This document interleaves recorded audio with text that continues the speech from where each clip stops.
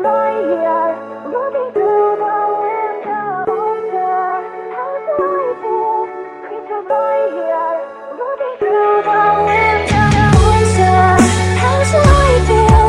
Creatures fly here, looking through the window. Wonder.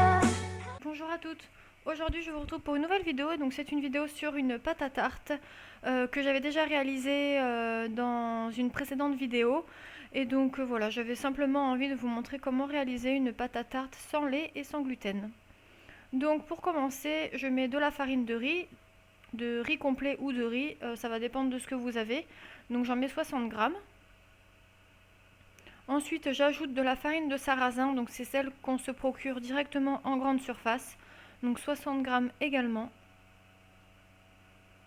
Ensuite, une demi-cuillère à café de poudre à lever, donc la marque Ancel, elle est sans gluten, hein, j'avais vérifié les ingrédients.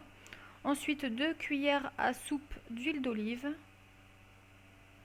Et ensuite, je vais ajouter ma boisson végétale, donc c'est du lait de riz, et j'en mets 60 centilitres. Voilà, donc on va bien remuer le tout jusqu'à ce que ça soit assez homogène. Donc c'est une pâte qui va être un petit peu collante. Donc pour faciliter le fait de l'étaler, voilà, donc je mets sur du papier sulfurisé, j'ai saupoudré un peu de farine de riz et du coup je mets la pâte et je vais me servir directement de film étirable pour éviter que ça colle trop au rouleau.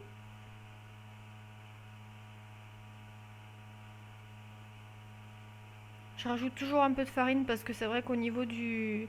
Quand il faut décoller le film étirable, c'est assez difficile. Pour l'instant, c'est la seule astuce que j'ai trouvée pour pas que ça colle, quoi, du moins. Voilà, donc je commence un peu par les mains. Et après, je fais un peu au feeling selon comment la pâte est. Parce que la pâte, peu importe, enfin, même si je prends à chaque fois les mêmes ingrédients, la pâte ne va jamais être la même. Donc voilà, c'est la petite astuce que j'ai trouvée, étant donné que la farine de blé, tout est lié, tandis que la farine sans gluten, c'est assez particulier. Donc la voilà étalée, on met directement dans le plat à tarte. Donc moi je coupe les bords du papier sulfurisé en trop pour éviter que ça gêne au niveau de la préparation ou du four. Voilà, je fais quelques petites applications là sur les bords, ça tient pas tellement bien, mais bon ça c'est la farine qui fait ça. Et ensuite on va retirer délicatement le film. Bon là délicatement, je le fais délicatement sauf que vu que j'ai mis la vidéo en accéléré, ça va beaucoup plus vite.